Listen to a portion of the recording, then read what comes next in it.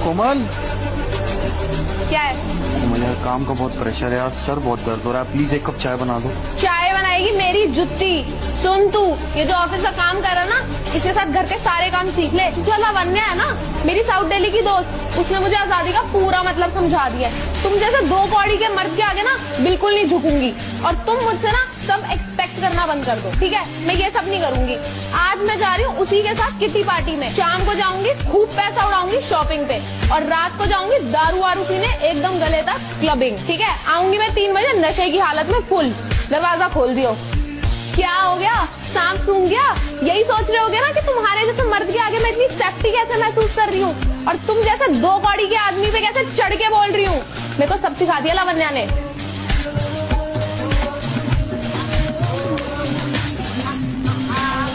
Biscuit मीठा लोगी या नमकीन?